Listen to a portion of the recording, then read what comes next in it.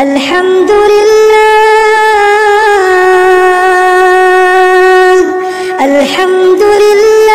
ala ni'matil iman. Alhamdulillah ala ni'matil Islam. Alhamdulillah.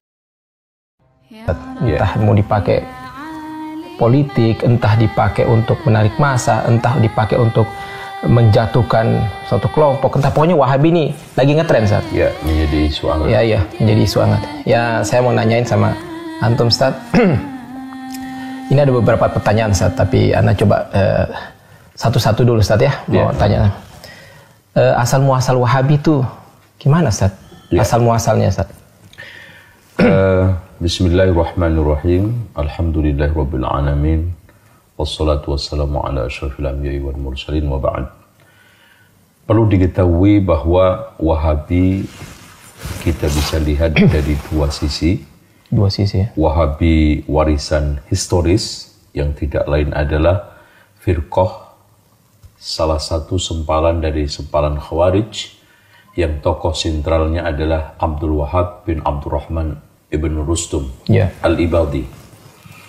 Kemudian yang kedua, Wahabi warisan imperialis.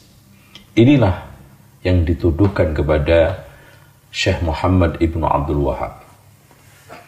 Nah, kenapa beliau dituduh padahal namanya tidak Abdul Wahab? Iya. Karena beliau mendakwahkan tauhid, mengajak kembali kepada Al-Quran dan Sunnah. Sebetulnya kalau kita lihat kata Wahabi sendiri itu kan nggak ada celaknya. Kalau memang Wahabi itu diambil dari nama Allah Al-Wahhab, bagus. Kalau diambil dari kalimat namanya Syekh Muhammad ibnu Abdul Wahab, ya nggak tepat. Itu nama bapaknya. Seharusnya Muhammadi, bukan Wahabi. Kalau seandainya untuk tujuan meledek, Allah berfirman, wala tanabazu bil alqab. Jangan kamu mempermainkan nama atau titel-titel orang. Oleh karena itu, kalau kita ingin gagas dengan akal sehat, istilah Wahabi ini murni tuduhan dari kaum imperialisme untuk menjatuhkan dakwah Syekh Muhammad ibnu Abdul Wahab. Bahkan siapa saja yang ingin mengajak kepada kemurnian tauhid, ingin mengajak kembali kepada Al-Quran dan Sunnah, itu. Oh gitu ya, Ustaz? Ya. Jadi itu memang ini ya tujuannya imperialis, tujuan, ya? Itu sebenarnya. Nah yang kedua, Ustaz. Nah pihak yang paling berkepentingan menggulirkan isu Wahabi itu siapa? Kalau kita lihat motivasi tuduhan itu kan ada tiga. Yang pertama motivasi agama dan sosial. Berarti di sini adalah tokoh-tokoh darwis, tokoh-tokoh klenik, tokoh-tokoh yang memang mereka tidak mau diganggu singgasana tradisinya. Sehingga mereka menimba Syekh Muhammad yang reformis ini, Syekh Muhammad yang mengajak tajdid pembaruan ini kembali kepada Al-Quran. Karena pasti mereka nanti akan rugi, popularitasnya hilang, kedudukannya hilang, bahkan setoran materinya juga hilang. Nah, yang kedua adalah motivasi politik dan kekuasaan.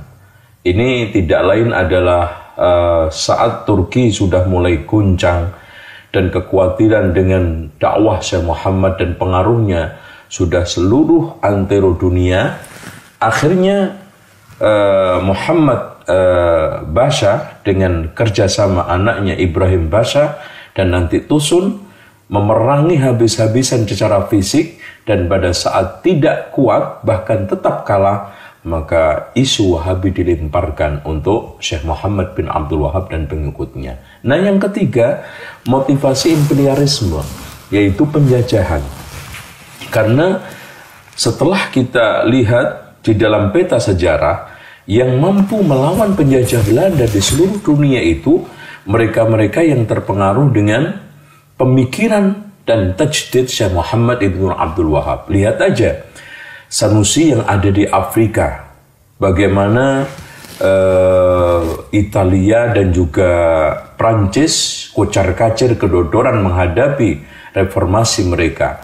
Begitu juga di Libya, bagaimana Italia juga kedodoran, dan kita lihat juga Inggris di India, bagaimana Inggris kedodoran menghadapi mereka-mereka yang terpengaruh dengan pemikiran Syekh Muhammad bin Abdul Wahab. Plus di Indonesia juga Belanda kedodoran menghadapi Imam Bonjol bersama Haji Beobang, Haji Miskin, dan Subani yang mengubarkan jihad. Mereka ini terpengaruh dengan dakwah ini, sehingga mereka mengelemparkan isu ini untuk memecah belah umat, supaya dukungan kepada mujahidin ini untuk mengusir penjajah itu berkurang. Maka mereka menggunakan politik belah bambu. Satunya diangkat, satunya diinjek, yang sering kita kenal divide et impera, dan nampaknya ini manjur. Jadi itu ya, jadi apa namanya, jalan untuk melemahkan ya, pakai cara itu Ustaz ya. Iya, nah, kalau pakai cara fisik kan kita betul-betul yang terpengaruh. Mereka tidak akan pernah ada sejarah jihad yang akhirnya mereka itu menang. Masya Allah. Itu. Ya Ustaz, sekarang lagi ada ini Ustaz. Pertanyaan berikut Ustaz ya. Tujuannya apa? Iya. Maksudnya tujuannya mereka itu yang tadi itu, yang poin kedua Ustaz, itu tujuannya apa yang mereka yang berkepentingan tujuannya?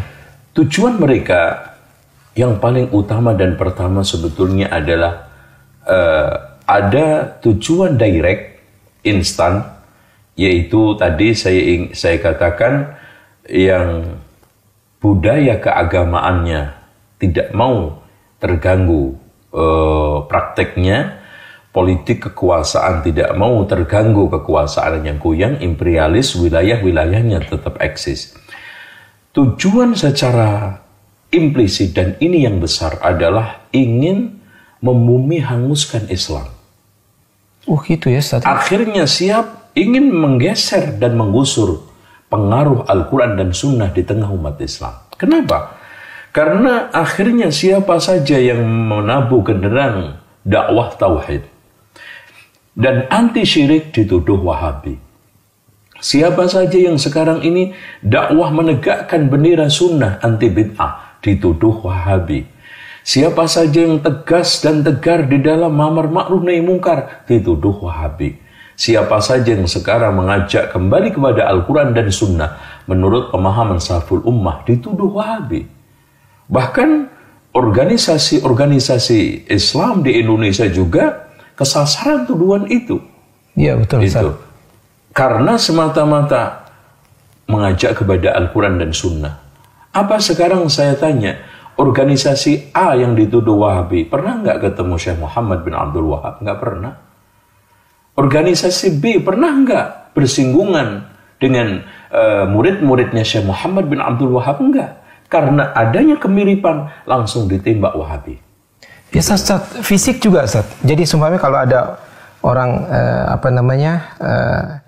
celananya di atas mata kaki atau jenggot langsung disikat Wahabi. Ini ada pemio yang disederhanakan supaya orang-orang awam ini juga mudah diajak untuk memusuhi Wahabi. Cepat ya, supaya itu sederhana di pola pikir yang diciptakan satu simbol-simbol, satu kriteria yang sederhana, gampang mereka hafal. Betul. Contoh, kalau ingin tahu ciri-ciri Wahabi, lihat aja lakinya baduknya belang, jenggotnya panjang, katoknya cingkrang. Betul, itu aja. Ya. Pasti Wahabi. Cepat langsung kan masyarakat yang awam ini, wah itu Wahabi, cepat ya. Kalau sekarang diberikan kriteria yang aneh-aneh, delima, disuruh baca kitab, ini nggak bakal orang awam. Nah nanti perempuannya cadaran atau jilbabnya panjang, itu Wahabi. Nah kadang-kadang agak sedikit mereka itu memaparkan satu paparan yang nampak ilmiah. Tetapi semuanya mengandung kedustaan kalau tidak adalah syubhat. Bahwa mereka menuduh mau menggeser, menggusur, menghancurkan makam Rasulullah. Mereka menggantikan makamnya rumahnya Abu Thalib dengan kandang keledai. Rumahnya Khadijah digunakan untuk WC, kan gitu. Ini hanya kuliran tuduhan saja, ya. Tuduhan juga ciri-ciri Wahabi itu tidak mau qiyas, tidak mau ulama, menolak anti madhab semuanya. Ya, anti madhab, ya. Ya, tidak mau sholawat. Ini tuduhan, ya. Bahkan Syekh Muhammad juga pernah dituduh, tongkatku ini lebih mulia daripada Muhammad SAW yang ada di kuburan. Karena tongkat saya ini masih digunakan giring kambing, unta masih bisa. Muhammad sudah mati di kuburan. Ini semuanya adalah stigma negatif untuk menyerang, memukul yang isinya semuanya kedustaan. Dan ini juga muncul dari internal ada, eksternal juga ada. Yang tadi kaum darwish, munafikun, yang mereka takut singgasana dakwahnya hancur dan tradisinya terserang. Inilah ya sehingga memunculkan isu-isu tersebut. Nah, Ustaz, sekarang alasan-alasan Ustaz yang dipakai untuk membenarkan tuduhan itu, Ustaz.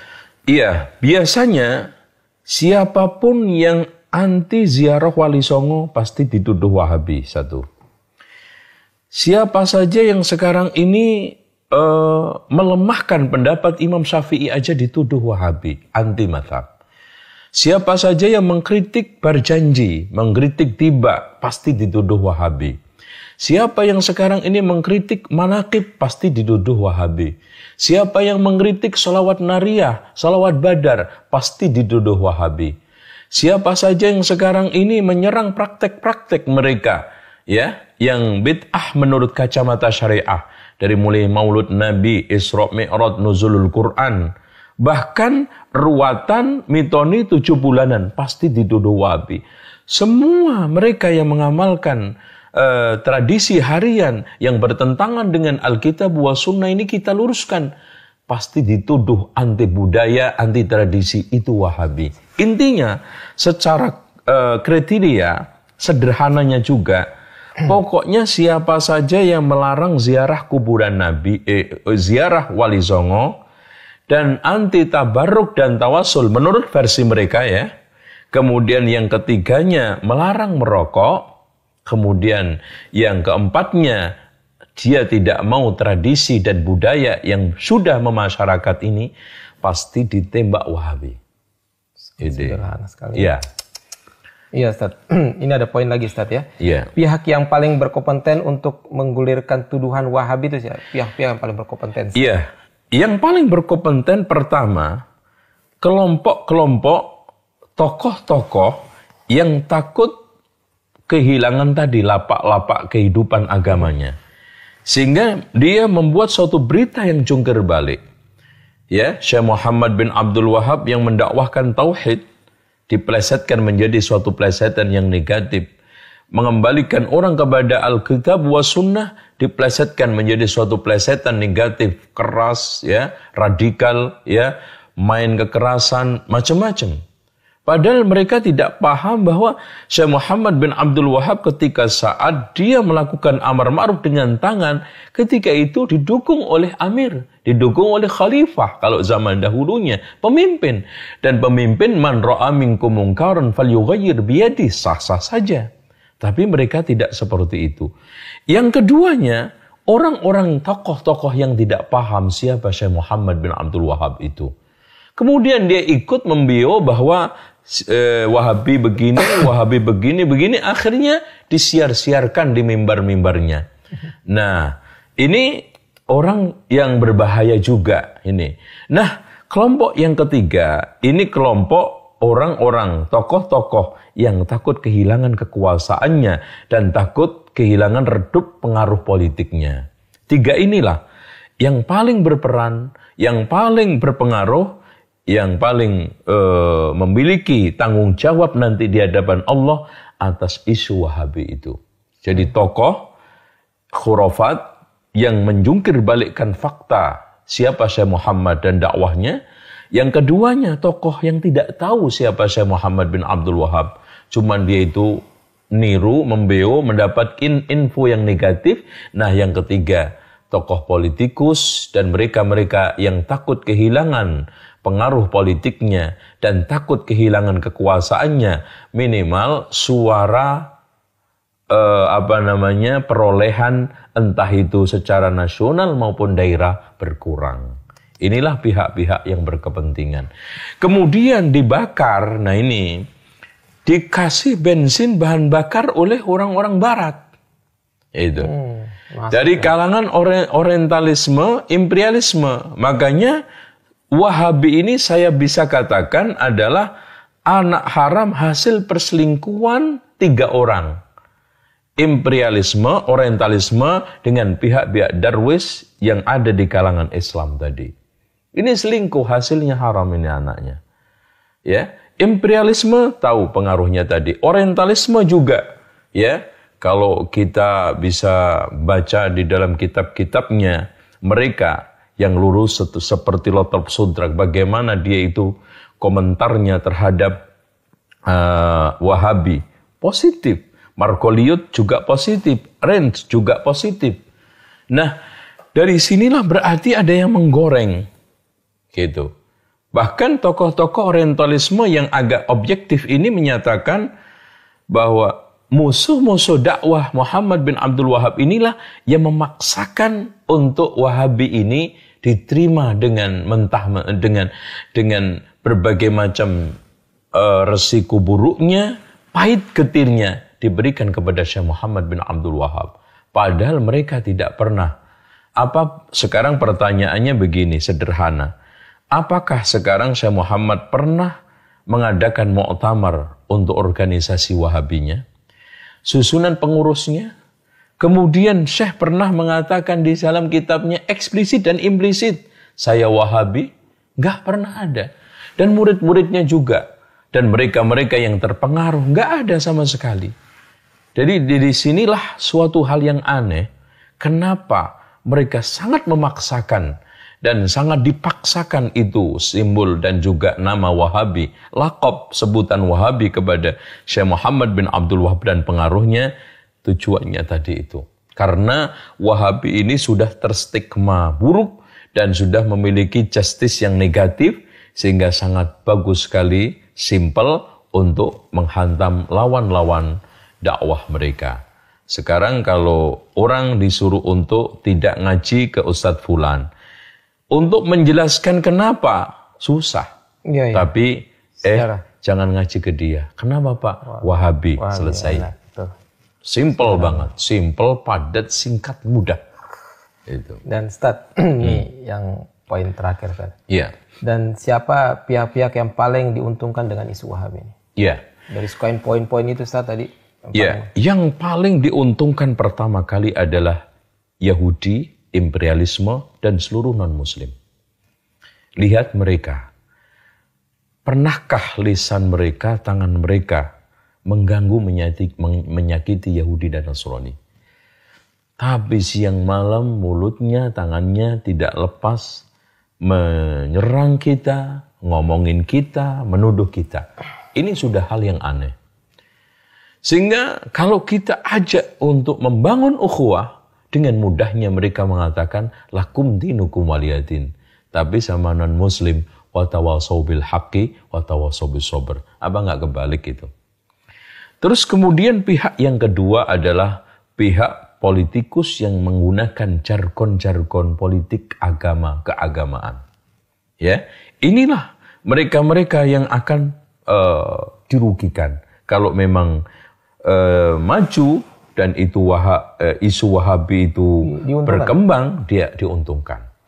Kemudian yang selanjutnya tadi, pihak-pihak mereka-mereka tokoh-tokoh tradisional, ya, sekarang penjaga makam-makam, tempat-tempat keramatan yang diuntungkan dari acara-acara tradisi, inilah paling dirugikan. Coba satu kuburan itu per hari umpamanya 500.000.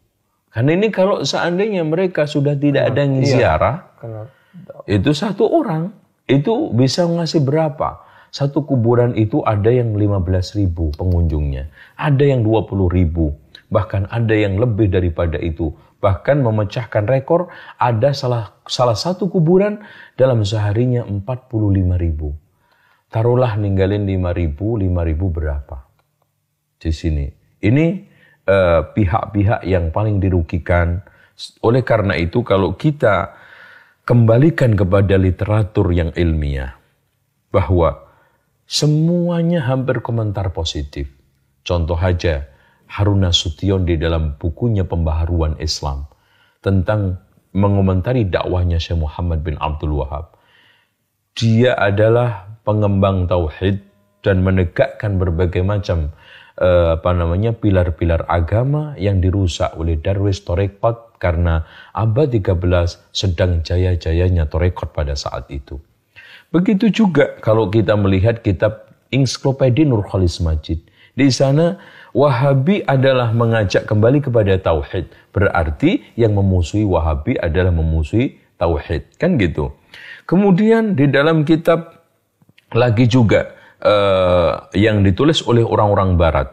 Dari mulai Hadirul Alamil Islami ya, Latab Sodrak juga sangat memuji bagaimana perannya Syekh Muhammad ibnu Abdul Wahab. Dan juga di dalam kitab The Histories of Arabic, ini juga karangan Philip Hitti, juga di sana menyanjung memuji dakwahnya Syekh Muhammad ibnu Abdul Wahab.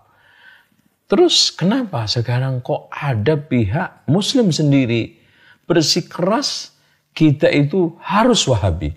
Ya, ini suatu pertanyaan yang sangat-sangat aneh kalau kita jawab.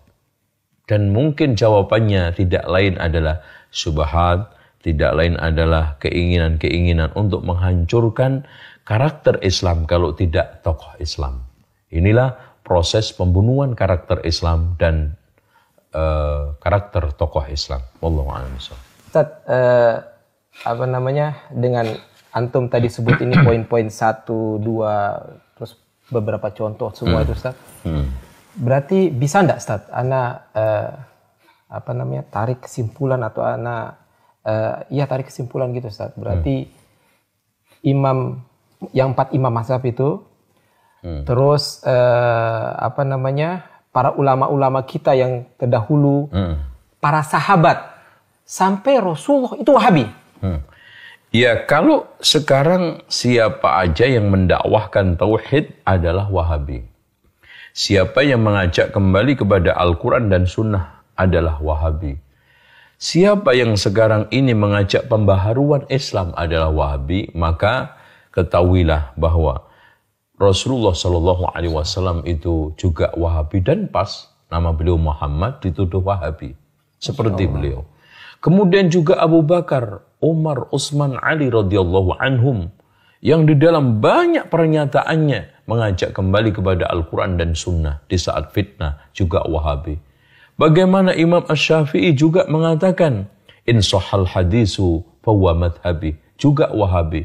Bahkan Umar bin Abdul Aziz, khalifah yang memperbarui saat itu, dikembalikan umatnya kepada Al-Quran dan Sunnah, ajaran tauhid dimurnikan juga Wahabi. Begitu juga Imam Syafi'i, mujaddid yang abad kedua, mengembalikan Islam ini kepada relnya Wahabi. Muhammad ini Imam Ahmad ibnu Hanbal yang di sana bersikeras mempertahankan Al-Quran ghairu makhluk karena ingin menghidupkan ajaran salafun soleh, juga Wahabi.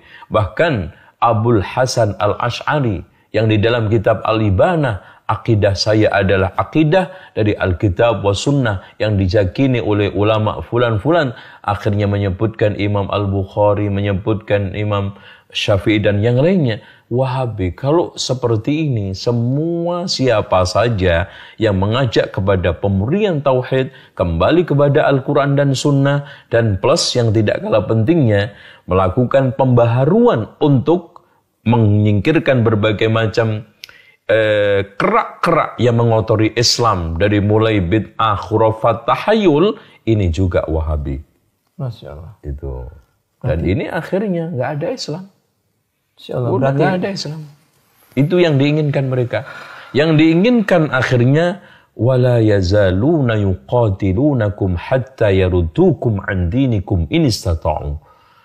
Mereka senantiasa terus-menerus memerangi kalian siang malam, tidak mengenal patah arang, sampai kalian kembali kepada agama mereka dan tidak lagi mencemarkan embel-embel Islam yang murni tadi, Islam yang sahih. Suatu hal yang aneh, orang yang mengajak kepada Islam yang murni asli dituduh Wahabi. Padahal apa aja yang murni kan pasti bagus. Lihat, spare part mobil yang asli bagus enggak? Obat yang asli bagus enggak? Budaya aja yang asli dihidup-hidupkan. Tarian asli dijaga. Bahkan pewayangan itu menjaga pakem wayang supaya enggak berubah. Tidak pernah dipersalahkan. Kenapa Syekh Muhammad Ibnu Abdul Wahab ingin menjaga kemurnian dan keaslian Islam dipersalahkan, dituduh Wahabi? Aneh, tapi nyata. Iya. Dan kalau kayak gitu berarti anak Wahabi. Iya. Iya. Berarti anak senang Wahabi. Alhamdulillah. Iya. Ustaz. Iya. Dulu kan Muhammadiyah. Iya. Al-Irsyad. Itu kan dituduh Wahabi, Ustaz. Iya, betul. Termasuk juga Persis. Iya, Persis juga dituduh Wahabi. Terus hilang, Ustaz. Hilang redup gitu loh. Iya. Sekarang muncul lagi, tambah keras, Ustaz. Apakah ada apa ya? Negara atau ada paham atau apa yang pihak tertentu yang pihak tertentu yang goreng, memanas-manasi, provokasi ya. Kompori atau memang ini, Ustaz, bermain di situ, Ustaz. Ya contohnya Syiah gitu atau yang lain coba. Ya, memang kalau kita lihat sejarah Syiah di Indonesia ini timbul tenggelam. Dan Syiah itu sudah masuk ke Indonesia sejak abad ke-10. Abad ke-10 ya. Masehi. Dan selalu menimbulkan kontras antara umat. Bagaimana umat Sunni dengan kaum adat diadu di Sumatera oleh Syiah di belakangnya ternyata. Kemudian di Jawa, bagaimana akhirnya Amangkurat I membantai di alun-alun Surakarta 6.000 ulama kiri kedaton. Ternyata setelah kita usut di belakangnya itu ternyata Syiah. Manunggaling Kawula Gusti. Jadi begitu juga tuduhan-tuduhan Wahabi ini. Dari kelas internasional dan nasional itu ternyata di belakangnya selalu Syiah. Ya.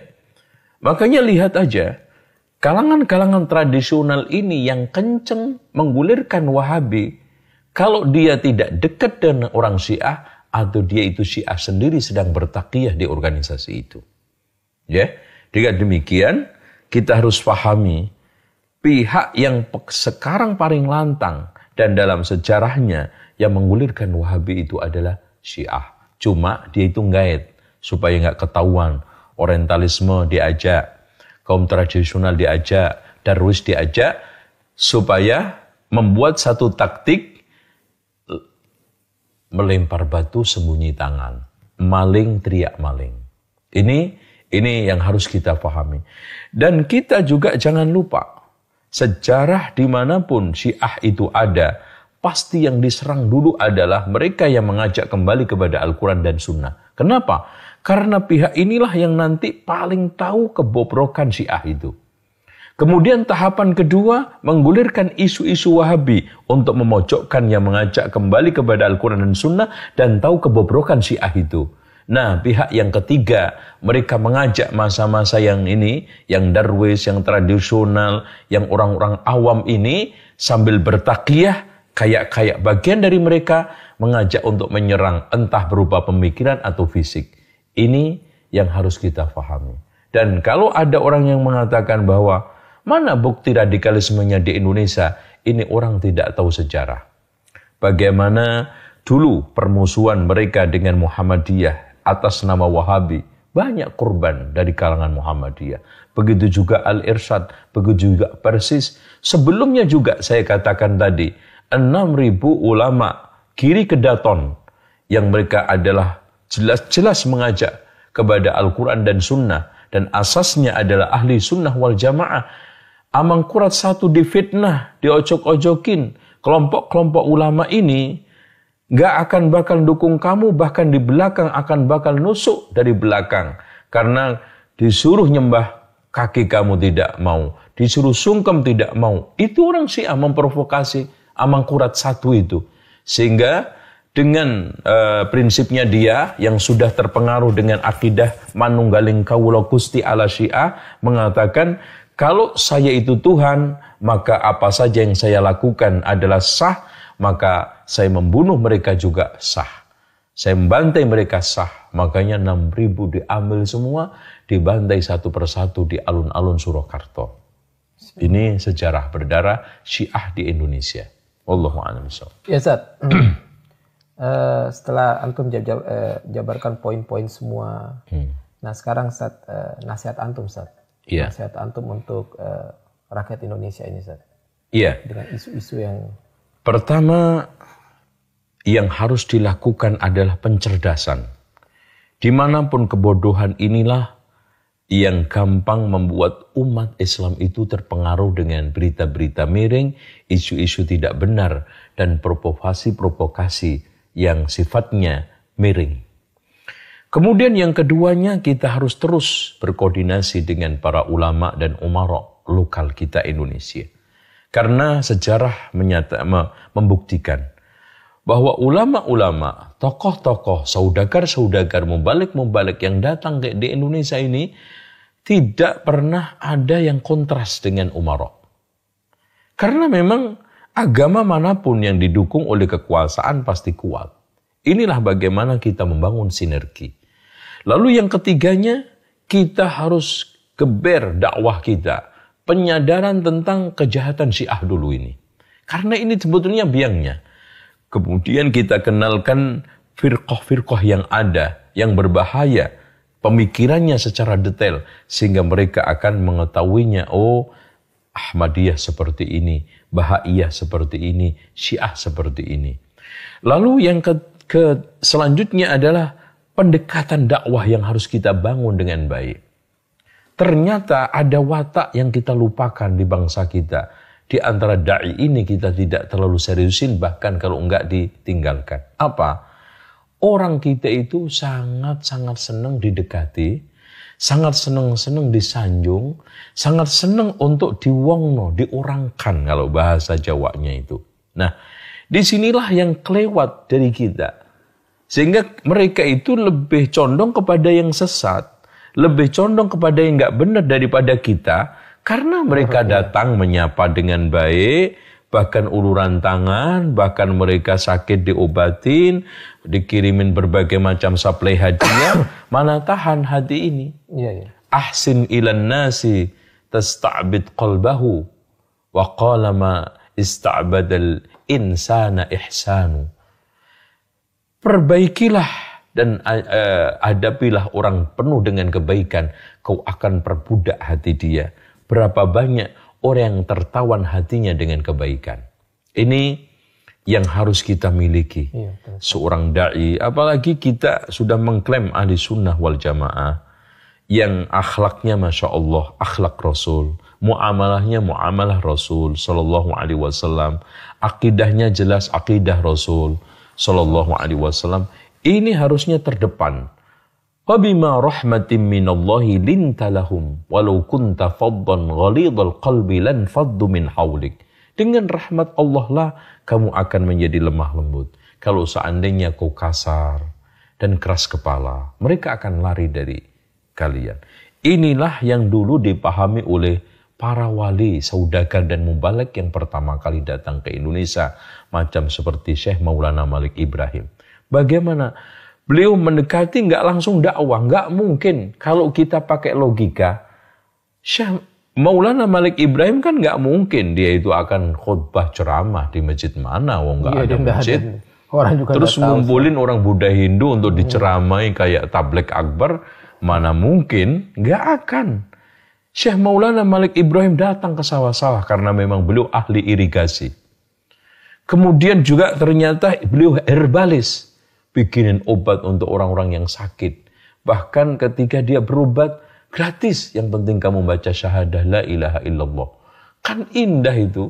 Masya Allah, ya. Dan pendekatan di perkumpulan-perkumpulan itu dia datang. Dia masuk dari inilah yang membuat suksesnya dakwah di Indonesia. Ya kata orang kan lain lubuk, lain hati. Lain ladang, lain belalang. Iya. Artinya watak orang Indonesia itu memang pengen diangkat, deket, gerapia, ya, bahkan diakrabin, itu seneng. Nah kita ketemu nggak salam, berpapasan nggak nyapa, nggak senyum. Bahkan kadang-kadang tampilan kita itu kayak makhluk langit yang baru turun seminggu lalu. Seremnya setengah mati. Iya, bagaimana orang akan dekat dengan kita. Gitu. Alhamdulillah.